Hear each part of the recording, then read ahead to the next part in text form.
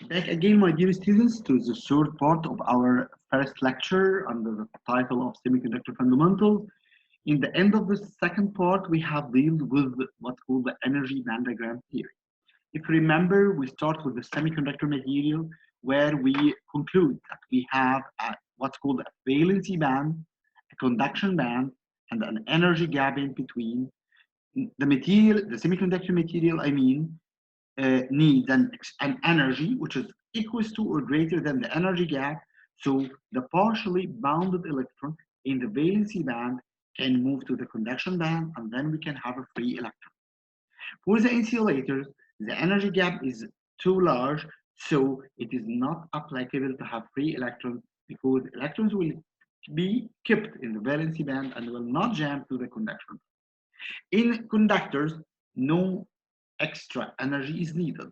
Electrons will freely move from the valency band to the conduction band, and automatically, by default, you will have a free electron. So this is what's called the energy band diagram based on the energy band theory. As you can recognize here, the y-axis represents the energy. So this distance, for example, is energy. As you know from your high school, you maybe that energy has a unit of joule. So let me for a second stop sharing and return to my whiteboard. So basically, the unit of the energy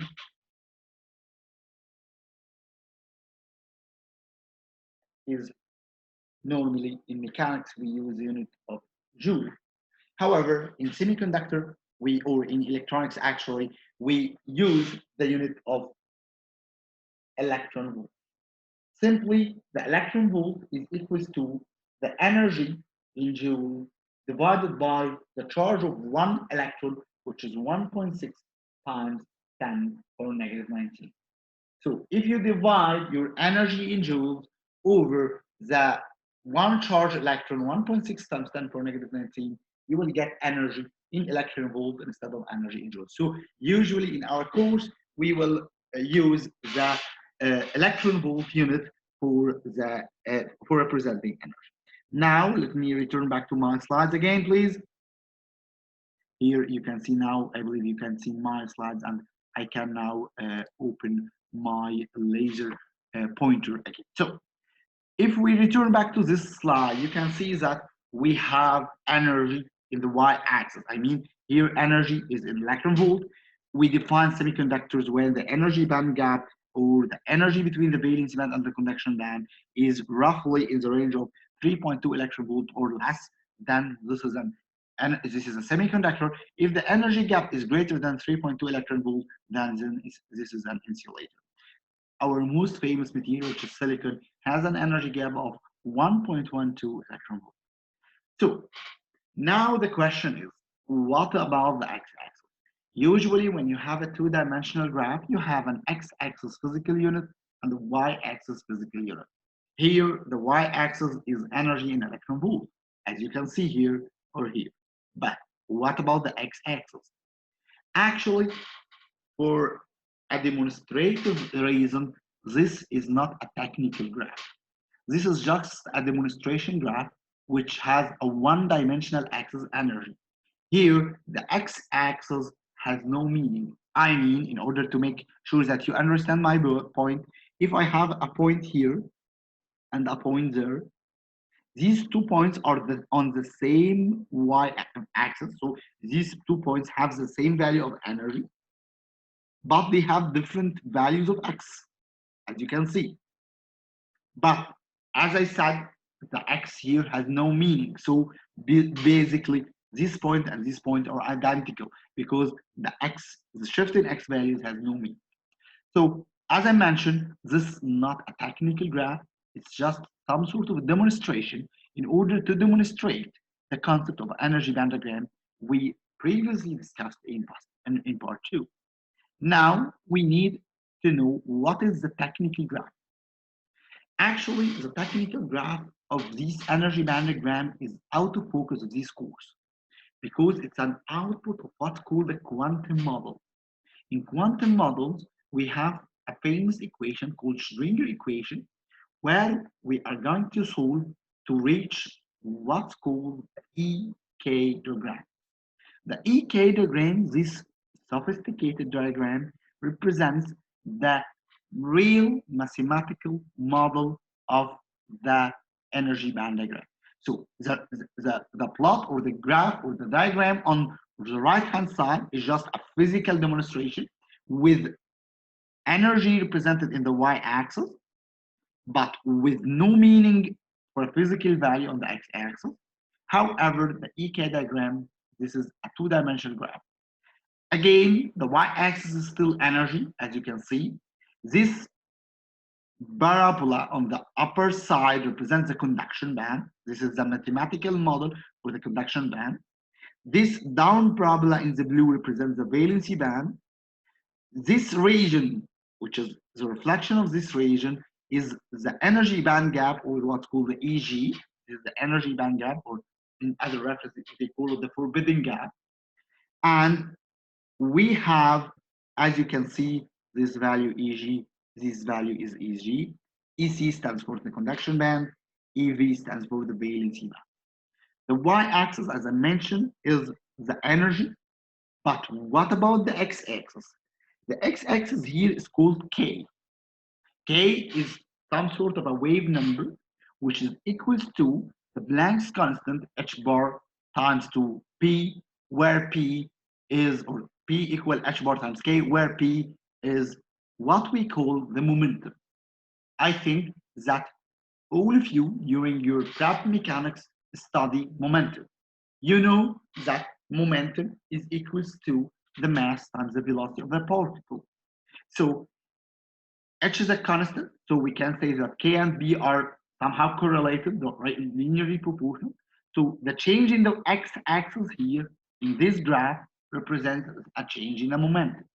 So if you, for example, plot 2 points, this is the first point, and this is the second point. So you can easily recognize that the difference between these 2 points is that they have different x values due to different momentums, as you can see. The question now, what is the importance of the momentum in our study? Again, why this curve looks like that? Why it's a parabola? What is the physical meaning of K? All this stuff actually is outside the focus of our course. We will deal with this graph as a given graph. We will not investigate the source or the derivation from which we reach this graph. It will be a standard graph in our course. Maybe for those who will be interested later on in doing masters or PhDs in electronics and semiconductor devices, they will investigate it more whenever they deal with what's called the quantum mechanics model to know how we reach this parabola curve EK diagram. But for this level, we will not be interested to go deeply in this. What we are interested in now is to understand the momentum and how the momentum of the electrons can change. We know how the energy change. As I discussed it previously in the model, we see that we can change of the energy. The electron can have an energy in the valency band, and if we have some sort of energy, the electron will get this energy and will jump to the conduction band and so on. So this is the basic understanding of energy. And energy here is represented in the y-axis. But what about the x-axis? What about the moment? So as I mentioned, the momentum equals to the mass times the velocity. So this is V. My V is not so nice. So in order to change the momentum, you have two options, either to change the mass or to change the velocity. When you were dealing with mechanics in prep, usually you were linking the changing in the momentum with the changing in the velocity, because normally the mass is constant. I mean, when you have a car, this car is moving with a velocity v, then the charge then the momentum of this car will change if the velocity is changing, because normally the car has a fixed mass. The mass of the car is constant. Of course, the mass of the electron also is constant.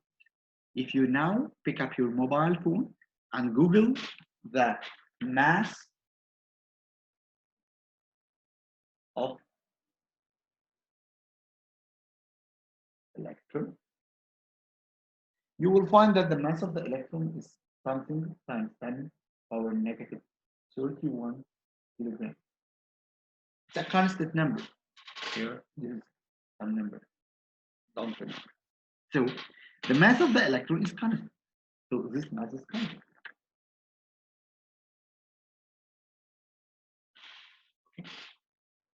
So from the same perspective, comparing a car with a mass, of course, there is a huge difference. Here the mass is 10 power negative 31 kilogram, a very small mass, but the concept is the same. When you are talking about momentum, the mass is constant, mass of the electron is constant. So momentum will increase, it will change when the velocity change. When the velocity change, then the momentum will be reflected. But this is not 100% correct in our case. Let's try to discuss this important point. Okay, so again, the mass of the electron is constant. This is a fact. However, we will not use the mass of the electron. Let me describe this. Now let's do a very, very simple example. Assume that you have a body with a mass m1, and this body is moving toward the right direction with a certain velocity and a certain acceleration, v and a. Let's call it v1 and a1. Now, assume that this is scenario number 1. For scenario number 2, assume that the same mass m1 is now attached to the wall by spring, for example. So you connect a spring to the mass m1 and it's attached to the wall, but it's still moving in the right direction. What about v2? How you could expect the value of v2 with respect to v1? It's very easy. Now you are moving to the right, yes, but there is another force which is acts towards the left. So this will reflect on your velocity. So v2 will be smaller than v1, because now there is another force which affects you to the left hand side of the screen. Okay, so what about if I say that in scenario number 3 I have a new mass which is m2, which is greater than m1. This new mass is moving with a velocity v2. As you can see, in case number 2 and in case number 3, in both cases, the body will move with the same velocity, which is v2. However, in model number 2, this v2 is due to that force attached in the negative direction of the direct motion, which is toward right. However, in case number 3, this is due to that your mass is now larger. You have a higher mass, you become faster, so your speed decreases. But both will end with the same velocity, which is v2. So here we can introduce a very important concept my dear students, which is called the effective mass. What is the effective mass? Actually, maybe we can use it later on, so I will keep it with me for a while. Actually, we are dealing with a particle called electron. This particle, in order to make a current, as you see, it should move in some direction because I equals to dq by dt. So this charge should move in order to have a current, otherwise we will not have a current. But this is a negatively charged electron. And in the material, we have another electrons and we have nucleuses and so on. So it's not a freely electron. There is a set of internal forces that can be to sometimes attraction to positive or sometimes repulsion to negative charge. These positive charges comes from nuclei of the atom, and this negative charge comes from the neighbor electrons. So you can believe me that there is some sort of internal forces applied on the electron. But based on Newton mechanics, in order to study the motion of this electron, you have to include all the internal forces applied. We know the very famous rule of Newton that sigma force equals to the mass of times the acceleration. So you have to include all internal forces that affect the electron in order to study the mechanics, the Newton mechanics of the electron. But these internal forces is too many internal forces in different directions, sometimes in random manner. They're very difficult to understand, very difficult to study. Herein, we introduce what's called the effective mass. We will include all these forces in the mass effectively. And instead of the constant mass of the electron, we will say that we have what's called m star. What is m star? M star is the effective mass of the electron.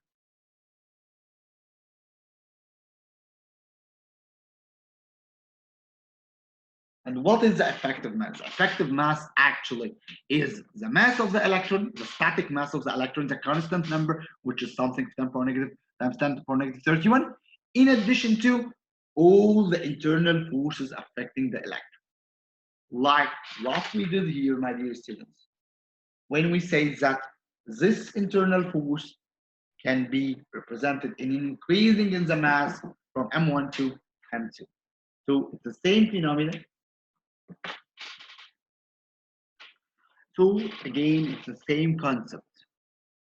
Instead of including this negative directional force, or here in our electron case, it's an electron, it's an internal force. So instead of including the internal force, we change the mass so that we can include the force affecting the mass. Here we apply the same concept, while where we change the mass from the static mass m, here this electron has a mass m, to what's called the m star, or the star, the effective mass of the electron.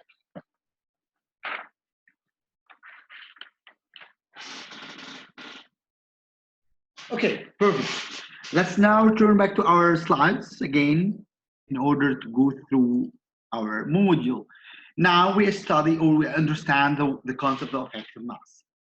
The question is, what is the relation? Now, first of all, we have to now admit that the momentum here, which is the mass times the velocity. So when changing the value on the x-axis of the EK diagram, that means that the mass of the particle may change or the velocity of the particle may change. So here, the attribution of the momentum may be due to mass or due to velocity. Now, let's turn to the question, how we can calculate the effective mass of the particle from the EK diagram. Again, as I mentioned, this is a given equation. No revisions is needed. This is a quantum model, so you don't need to go into the mathematical details of the division. You just need to know the final outcome. Here, the relation says that the mass is proportional to 1 over the second derivative of the EK curve. I will try to investigate it in a more detailed manner now, my dear students. Again, this is also very important in our course. Okay, so now the question is how we can use this formula in order to calculate the effective mass. Let me now return back to my whiteboard and try to say it. Okay, so for example, if we would like to plot the conduction band will be plotted in a term of a parabola like that. So now this is the E and this is the K. And as you see in the slides, we say that the effective mass M star is equals to 1 over H cap, which is a constant, partial to E pi partial K squared. So here first we have to find what's called the partial to E pi partial K squared, which is the second derivative of this curve. So in order to make life easy in our calculation, we usually assume that this is a second order function. I mean, Ke is proportional to K squared. So when you have a second order function, E proportional to K squared, and first you start with the first derivative, which is partial E pi partial K. Normally, this first derivative will be proportional to K, the differentiation of K squared, which is a straight line. So the first derivative of this curve is basically somehow a straight line. As you can see, it's a straight line tangent to this curve. Sorry for my not so good plot. So this is the first step. Now we need the second derivative, partial to E pi partial K squared. This is basically the differentiation again. When you have this straight line, the differentiation of the straight line is the slope. So by determining the slope of this line, which is delta E over delta K, you can estimate the second derivative of this equation. Now, the effective mass is 1 over the second derivative. So after first thing is plotting this line, then determining the slope, and then 1 over the slope is the effective mass. Actually, we are not going to do this in a numerical way. We are going to do it in a graphical way. To make it more clear for you, let me return for a second for our presentation. So for example, if you see my graph now on my presentation, this is an EK diagram where we have graph 2 and graph 1. I will going to ask you, for example, a question: which of these masses, 1 and 2, which has a larger effective mass? So you are not going to make it in a numerical way, just make a comparison between graph 1 and graph 2 in order to know or to estimate which one has a greater mass. So let's try to solve it by a way or another. Here is our graph, and here we have our two graphs, for example.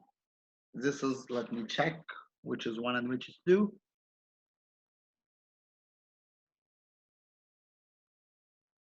Okay, so this is 2 and this is 1. And we are now going to try to estimate which one is greater. Sorry, not clear for you.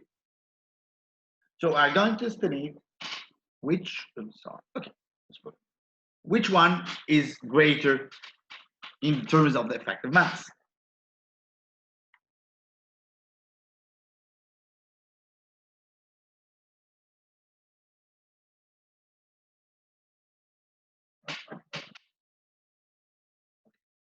That's nice. Okay, that's first we have to remember that effective mass is inversely proportional to 1 over the second derivative of the EK diagram.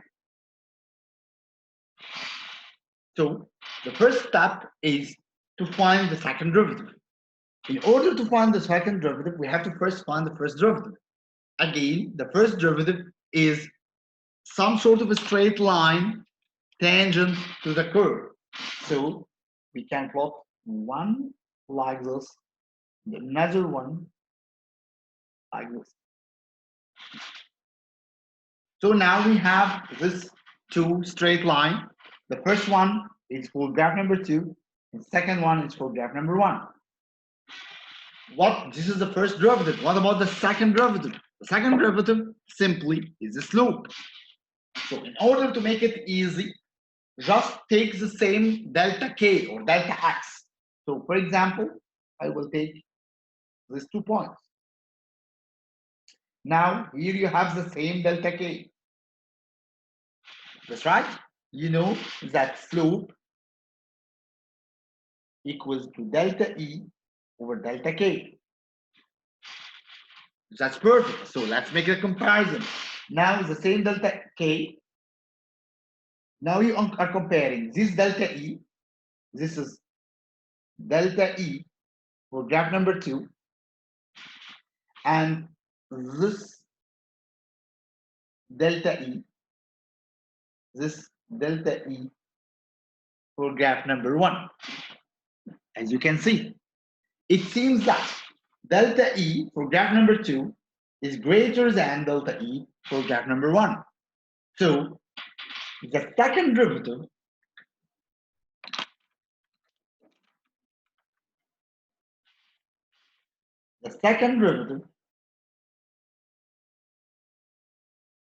of graph number 2 is greater than the second derivative of graph number 1. Accordingly, the effective mass is inversely proportional to the second derivative. So we can conclude that the effective mass of particle number 2 is smaller than the effective mass of particle number 1.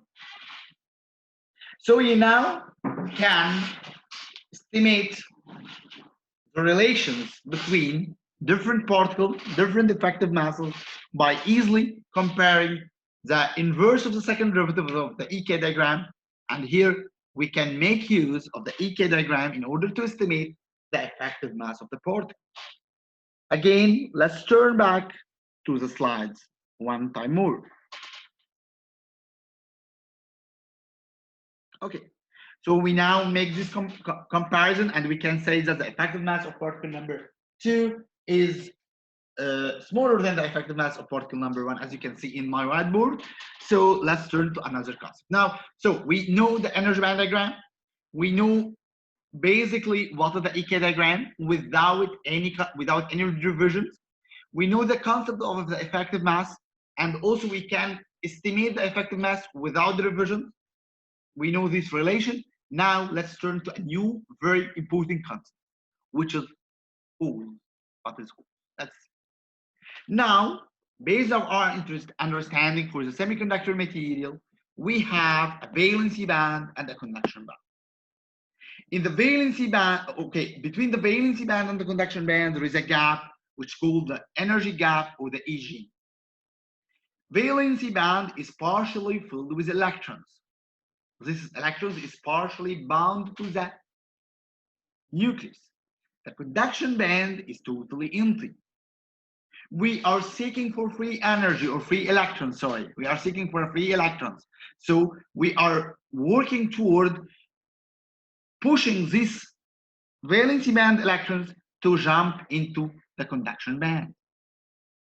How should we do so? One of the trials is to use some sort of external energy, is to give some sort of external energy to the material. If this energy is greater than Eg, then electron will jump from the conduction band, sorry, from the valency band to the conduction band. But before going into internal energy, let's first start with, before going with external energies, let's first start with internal energies. Do we have internal energies in the material? The question is yes. We have a very important internal energy in the material, which holds the thermal energy. I believe you hear, maybe you see this equation before when you deal with chemistry. This 3/4 kT. 3/4 kT represents the total thermal energy stored in the material. K is the Boltzmann constant, is a constant, and T is the temperature. So again, where is the source of energy? Here there is a very important trick. This 3/4 kT, which represents the thermal energy, the internal thermal energy in the material, the T now is given in Kelvin. I believe all of you know the Kelvin unit for some temperature. And you know that at room temperature, we have roughly 300 Kelvin temperature. So at room temperature, you will have a value for this unit. 3/4, K is a constant, T is equals to 300, then there is some sort of energy. If this energy is greater than or equal to Eg, then this well works toward that the electron will move from the valency band to the conduction band, and now we have what's called a free electron. Okay, this is very important. Why? Now, this electron was bounded in the valency band. For example, if we consider the silicon case, all of you are very good students in chemistry, and you know that silicon has a covalent bond. If you remember, silicon has 4 electrons in the outermost energy level. These 4 electrons construct some sort of a covalent bond with 4 neighbors. Return back to smooth start in lecture number 0. So all these electrons, all these black electrons on the valency band are doing some sort of covalent bond with each other. There is a bond. A bond, it means there is some sort of attraction between themselves. Okay, now due to this thermal energy, we are going to break the bond so that one electron will move from the valency band to the conduction band. Now, after this broken bond, we will have a gap.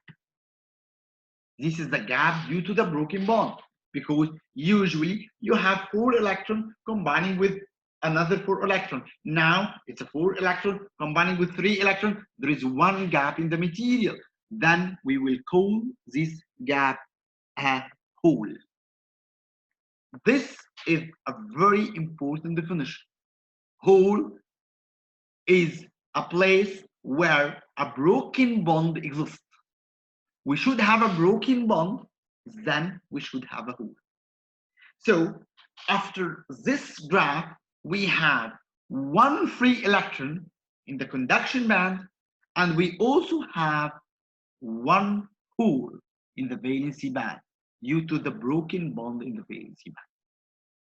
Before terminating this, or not terminating, actually, before proceeding in this part, I have to highlight a very important thing. As I mentioned in the first part, maybe, that we are only interested in free electrons, because these free electrons are the electrons that may create an electrical current. So these hundreds or millions or billions of electrons in the valency bands are bounded electrons. They will not create current. They will only create current if they transfer to the conduction band. So when I'm going to ask you in this graph or in this diagram, how many electrons do I have? The answer simply is you have only one electron, because I'm only interested in free electrons in the conduction band. Accordingly, very important quote, electrons are considered free when they are in the conduction band. So when I'm going to ask you about the electrons, I mean free electrons in the conduction band. When I'm going to ask you about holes, I mean broken bonds in the valency band. This is very important because in some ways or in some lectures, you hear the word that hole is a place where there is no electron. This is totally wrong, my dear students, because if I am in this screenshot and I told you how many free places we have, you will simply answer, oh yeah, now the conduction band is totally free. So the conduction band has a lot of free places, but there is no hole in the conduction band because simply there is no broken bond. So holes are only defined whenever there is a broken bond. Accordingly, holes are defined only in the valency band. So as a final say in this very important slide, free electrons are defined only in the conduction band. Holes are defined only in the valency band. No free electrons in the valency band, no holes in the conduction band. This is very important, my dear students. So now this is one of our very important slides. And in order to terminate this slide, I have to mention another one important point, my dear students. My next important point is related to the source for free electron. Here we have this free electron and this hole due to this thermal energy. That's why this semiconductor material is a semiconductor, because it has free electrons under a certain condition, when there is a thermal energy that push these free electrons to move to the conduction band. In conductors, you have free electrons by default. In insulators, you don't have free electrons. In semiconductors, you have free electrons when you have a reason to have a free electron. Here, this is the thermal energy. Okay. Now, a very important quote. What if we are working at a 0 degree or a 0 Kelvin? I mean, this T is equal to 0. Then, when this T is equal to 0, that means that the total thermal energy will tend to 0.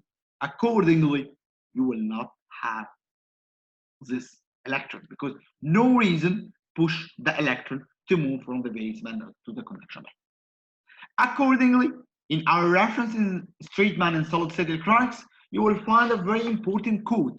Says, at 0 Kelvin, semiconductors behaves like insulators, because at 0 Kelvin, no thermal energy, accordingly, no free electrons, accordingly, an insulator.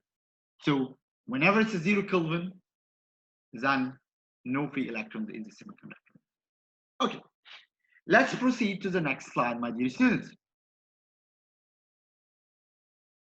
Let's now go to what's called the classical Druth theory in conduction in solids. It's very simple, actually.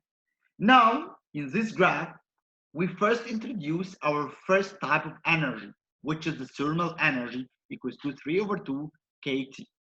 As you know from the rules of energy conversion, that when you have some sort of energy, this energy should be converted to another type of energy. So we have an input energy, which is thermal energy. That's great. What is the other side? What is the other types of energy in the other side that will be converted in? Here we have three types of energy. We have thermal energy, the 3/2 kT. This thermal energy may be converted into mechanical kinetic energy, this famous law, half mv squared. Please recognize that here we are using m star, which is the effective mass, instead of m, which is the normal mass. And we also have a third type of energy, which is the electrical energy, equals to E the constant, the electrical charge, 1.6 times 10 per negative 19, times the energy in electron volt. So these are the three types of energy we have. Let's go through element by element. This, of course, the mass is the effective mass. This is what's called the thermal velocity. We call it the thermal velocity because this velocity is due to the thermal energy. I mean, electron gains thermal energy and consumes the thermal energy in terms of kinetic energy. So the electron move with what's called the thermal velocity, which is equivalent to a kinetic energy of half mv squared. K, as I mentioned, this is the Boltzmann constant. It's a constant. T is a temperature in Kelvin. We already mentioned that. And finally, E is energy. E is electron energy in electron. So these are the main three sources of energy. Now, does thermal energy enough to have an electrical current? A very important question again. If you remember the definition of the current, that the current is a rate of a change of charge.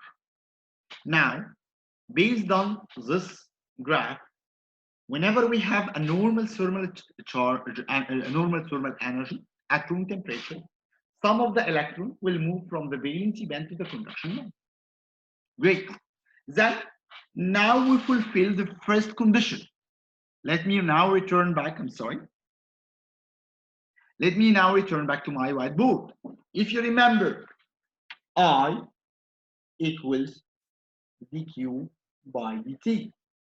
Two conditions. The first is to have a free charge, and the second is that this free charge should move. So we have the 2d by dt. Now, using this internal thermal energy, semiconductor can have some free charge. This is very good and very important.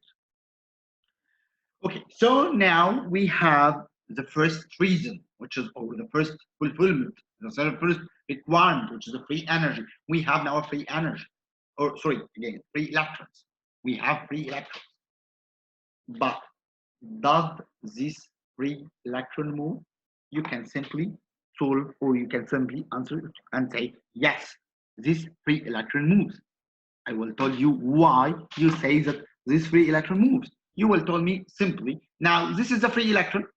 Now you have this black circle in the conduction band represents the free electron. And by going to this slide, you can say that, okay, you told us that this free electron will or this thermal energy, I'm sorry, let me open the laser pointer.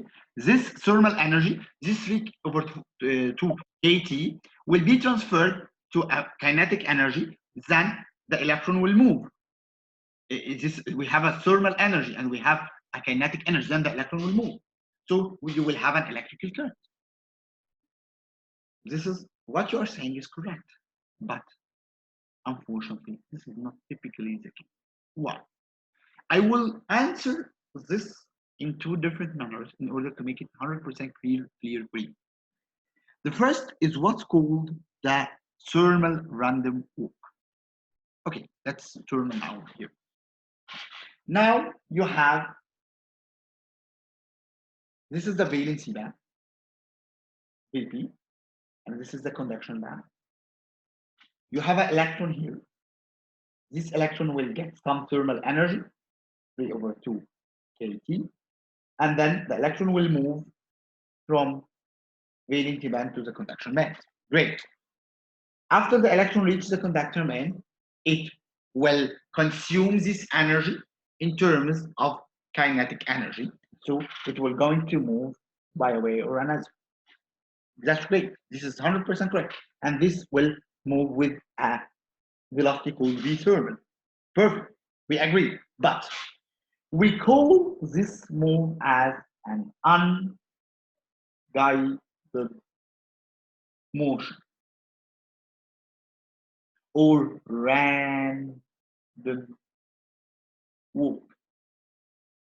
I mean, this electron will go and return back.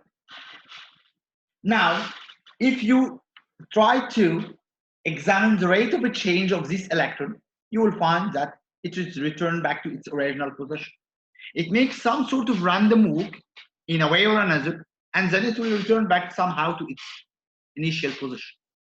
Because there is no guidance, there is no reason for this electron to go to the right, for example, or to the left, or to the top, or to the bottom. It's just a random walk everywhere, just to consume the energy it gained in the form of what's called the thermal, what's called a kinetic energy. That's all. But there is no guided motion here. That's why the rate of change is still zero. We have a free electron, that's true, but its rate of change is zero. It is moving, that's true, but from a mechanical perspective, the displacement is equal to zero. You are moving everywhere, but you will return back to your initial state. So by the end of the day, the overall displacement is zero. You didn't perform any progress. This is the thermal motion. So maybe you didn't, yeah, you are not 100% satisfied with my analysis. So let me make it in another way, my dear student. Okay. Now, in our model, I told you the following. I told you that you have this piece of silicon. At room temperature, this piece of silicon will have some electrons that is capable to move from the valence band to the conduction band. Okay, due to thermal energy, 3/4, 3/2 kT, very normal.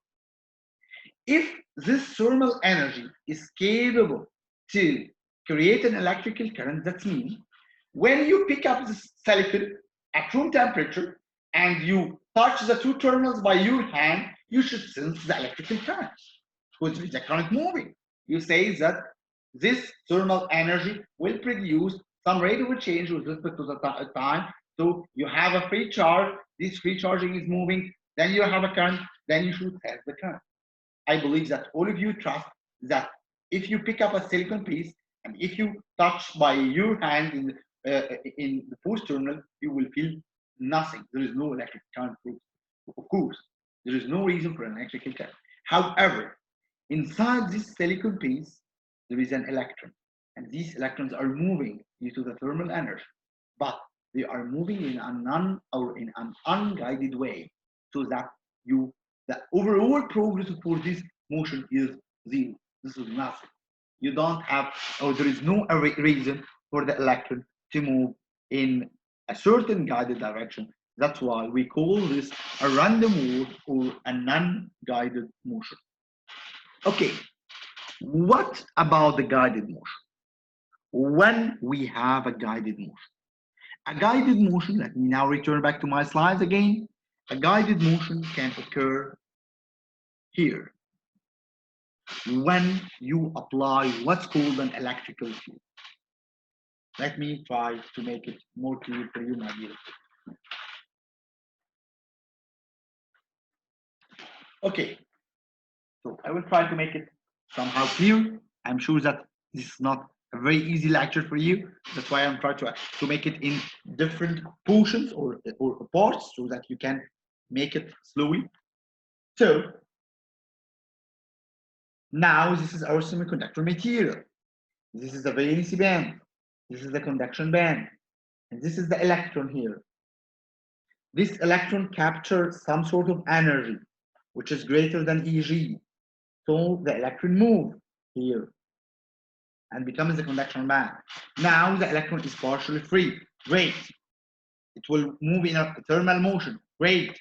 But what if you connect this semiconductor by some sort of a battery, a potential source? This is the positive terminal of the battery. and this is electron, which is a negative charge. In this case, what will happen? This electron will drift. Please recognize this word. This electron will drift to the positive terminal of the battery. Because it's an electron, it's a negative charge. Now we have what's called a guided motion. The electron can see its final stage. It has a target on the right-hand side, and it will move in a guided motion to reach this terminal in the positive or in the right-hand side, which is the positive terminal. So, if we are going to represent this in a mathematical way, we will say that this is some sort of an attraction force. I think you agree with me that this is a force. You know that the force equals to the mass times the acceleration. This is Newton mechanics, very easy. And we can say also that this force equals to E, where E is the charge of the electron with a negative charge, because it's a negative charge electron, multiplied by eta, where eta is what's called the electric field. Maybe you hear this word before when you were dealing with electromagnetism in prep or maybe in high school. So electrical field is that field associated or created due to this battery. Maybe later on we will go into details, so you can use it like that. So the force, the electrical force equal to the negative, because the charge is negative, E, this is a constant, 1.6 times 10 to negative 19, and then this is eta, which is the electrical. So you know that acceleration is the second derivative of the displacement x. Again, a very easy way of analysis. So using this relation, we can say that m star, using the effectiveness, don't forget, partial to x by partial e squared equals to minus e times eta. This is a very simple way. So now, if we are going to integrate both sides, we will get m star partial x by partial t, because I did some sort of integration. So the second derivative becomes a first derivative, equals to minus e times eta integration. I integrated both sides from 0 to any time, let me call it tau dt. As you can see here, I integrate both sides with respect to tau. As e and epsilon, eta and e are constants, so this integration will end by m star dx by dt equals minus e times eta times tau. Dx by dt is the velocity. Now, this is not a thermal velocity. This is the drift velocity, because this is the velocity due to the electrical field, not the velocity due to the thermal energy. So I will call dx by dt Vd, or the drift velocity. Vd equals to minus e eta tau over m star. Okay, now we have two important issues concerning this relation. What is tau? This dummy time you insert in the equation. And what does you mean by a velocity in negative direction with a negative value? What is the physical meaning to have a velocity with a negative value? We are now trying to solve or to answer these two questions. What is tau and what is the velocity? Oh, what do you mean by a velocity with a negative? Okay.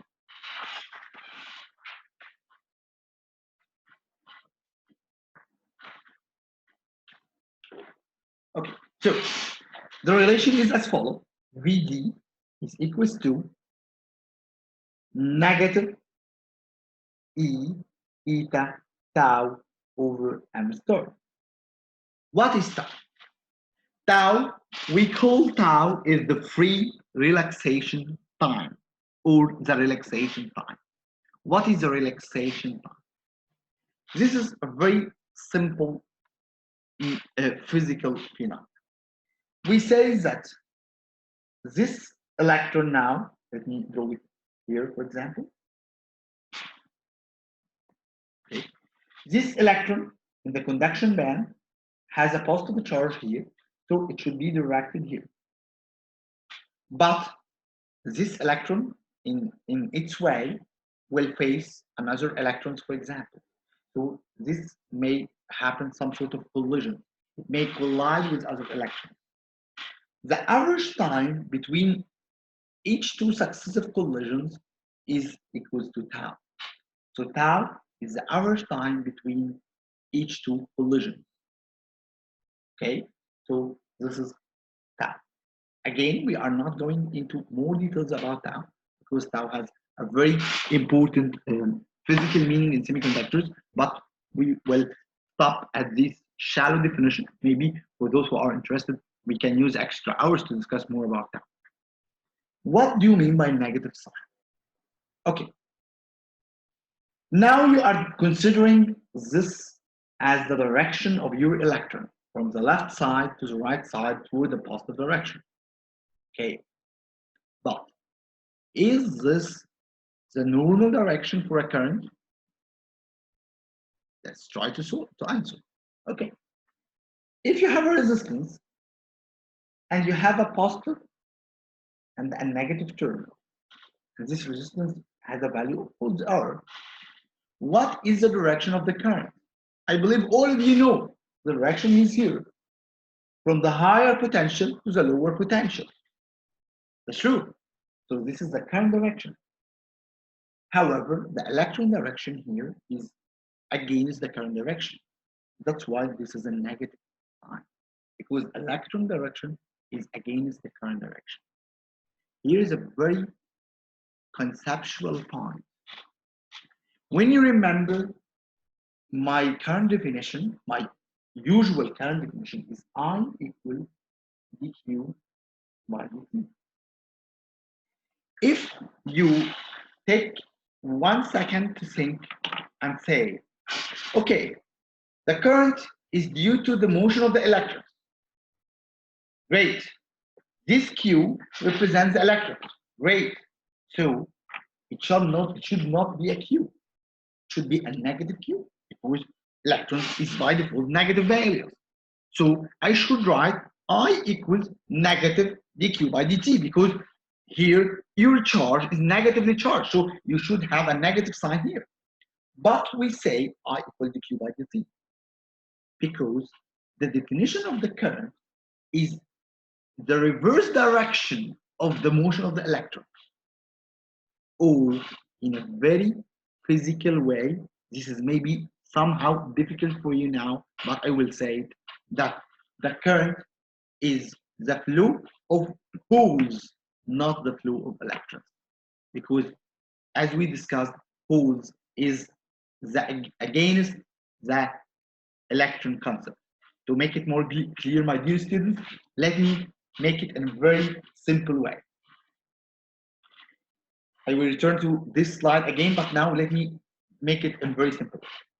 If you have 3 caps, like this, okay, and you have here a ball, and here's the second ball, and this ball and this cap is empty.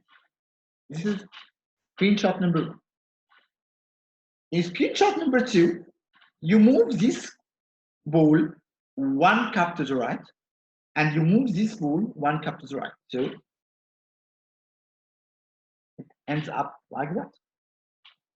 This ball becomes here, and this ball becomes here. Okay. Now you can define this process from 1 to 2 in 2 different ways. You can say, I move the ball from the left side to the right side. That's true. Or you can say, the empty cap move from the right side to the left side. This is the electron.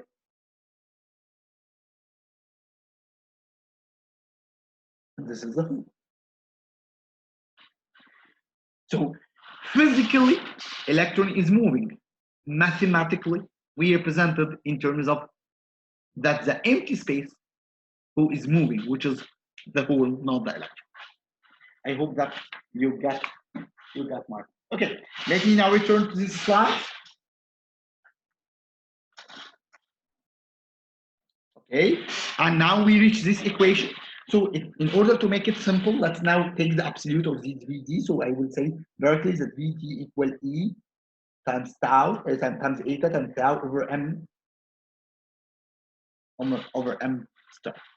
Okay, this is the definition for the drift velocity. If you recognize this drift velocity, you would say that here we have two different types of elements. E is a constant, of course. E small is a constant. Effective mass and the tau are material parameters. The effective mass is the effective mass of the electron inside the material, and tau is the time taken between each two collisions inside the material. So they are material parameters. But eta is the electrical field. If you remember 2 slides ago, or actually 3 slides ago, actually not 2, this eta has been introduced due to the battery, the voltage source here. So this is an external electrical field. So we can divide the equation into two segments. We can write the equation that Vd equals E tau over M star times eta. And we will call this term E tau over M star, we will call it mu, or the mobility. The mobility of the particle, or the mobility of it. Why we call this the mobility? Let's try to think about it. First, this mobility is inversely proportional to the mass. So whenever you are more and more fat, your mobility will be less. Makes sense. So as far as you are increasing your weight, you will not be able to move in a flexible way. Okay, that makes sense. Okay. Now, if you are moving without collisions, I mean tau is big, then you have a very good mobility. If you collide in a frequent manner in a very short time, then your mobility will get less. So tau directly proportional to that mobility. When the collision interval is large, then you are moving smoothly, then the mobility is high. When the collisions are very rapid, then you are not moving so well, then the mobility is low. So this important term, which is called the mobility, describes the ability of the particle to move inside the material. And it is now multiplied by the eta, where eta is the electrical field of the material. Okay. I'm sorry. Let's now move one step again toward the mobility. We have something actually interesting related to the mobility. I will describe it later on, maybe in the end of this presentation, but let me now move to complete this definition or the mobility. So according to this, my dear students, we can write in a new slide. We can write Vd, or the drift velocity, equals to mu, which is the mobility, times eta. Great.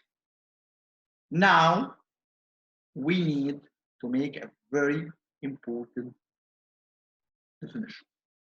We need to link the current and the voltage. We need to link the current and the voltage. Okay. We say that I equals dq by dt. Again, this is maybe the third or the fourth time in the lecture to mention this definition. So when you are going to talk about current, you are talking about charge and the ability to this charge to move.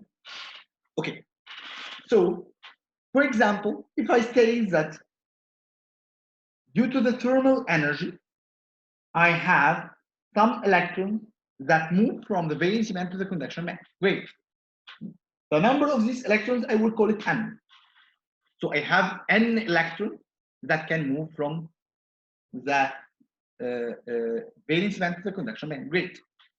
Each electron has a charge E. We know this information. So the total charge Q is equals to n times E. E is the quantity of the charge for each electron, and n is the number of electrons. That's perfect. Great. And the term d by dt, you know from mechanics that d by dt is an equivalent to the velocity dx by dt when you differentiate a moving part. When you make the first derivative for the motion, you get the velocity. So I can say that this current, I will call it J, not I. This J is equals to N times E times Vd. N times E, which is the total charge, times Vd, which is the equivalent of d by dt. Perfect. So J equals N times E times Vd. Perfect. Now, Vd, from the previous slide, we determined already that Vd equals E tau over m effective times eta. That means that J equals N E squared tau over m effective times V. Okay, this is a mathematical derivation. Perfect. Believe it or not, this term is sigma, which is the conductivity. Please remember the first part, the first slide in our presentation, when we measure sigma or the conductivity of different materials. So this is sigma, and this is J equals sigma times, oh, sorry, I'm sorry, this is not VD, this is eta, I'm sorry. So J equals sigma times 8. Again, believe it or not, this is Ohm's law. This is the principal definition of Ohm's law. J equals sigma times 8. This is the principal definition of Ohm's law. Very important definition. How this J equals sigma 8 is Ohm's law, let me describe it in a more detailed manner. J equals sigma times 8. J is a current density, which is current over area. The unit of J is ampere per meter square. Sigma is sigma. Eta, the unit of eta is voltage per meter. So it's voltage over length. Now let's rotate here. So V equals L over A times sigma times I. And as you know, times 1 over sigma, times I, because sigma will go in this side. So 1 over sigma is rho, the resistivity. So V equal rho L over A times I. So V equal I times I. This is Ohm's law. So you can simply, this is actually the exact definition made by Ohm hundreds years ago to drive the V equals I times R. And now you should, by this definition, know what is the mobility, what is the conductivity, what is the resistivity, what is the relaxation time, what is the effective mass of a particle. Actually, if we return back now to our slides, we will find this definition. This is the sigma. And then we will find the, sorry, this is the next lecture. So this is the sigma, and this is J equals sigma times E, which is the origin for the Ohm's law. Actually, I skipped this slide talking about the mobility of electrons and holes. I will make this slide in the beginning of part number 4, which will be the final part of this lecture, where we will continue also talking about how we can calculate N. N here is the number of electrons. And in order to make this relation between J and E, you have to know N in order to know the value of sigma, and also in order to make this linking between J and E. So in the next slide, inshallah, or in the next part, we are going to go deeply how we can calculate N for different materials. Now, this is the end of part number 3, or yes, part number 3. See you in part number 4.